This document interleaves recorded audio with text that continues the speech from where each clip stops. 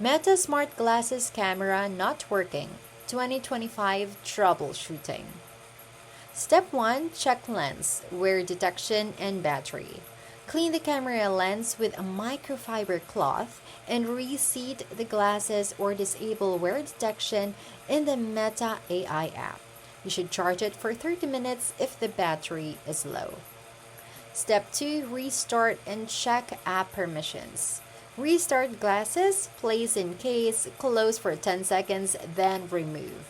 Restart phone completely and enable app permissions such as camera and storage in your phone settings.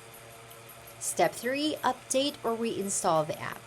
Update Meta AI or MetaView app from your app store. And you should also clear cache. Go to Android, Settings, Apps, Meta AI, Storage, Clear Cache. And then reinstall the app if issue persists. Step 4. Hard reset and firmware check. Update firmware in the Meta AI app. You should also do force restart glasses, such as holding the power button for 15 seconds. And clear Bluetooth cache for Android only. For step 5, factory reset. This is your last resort.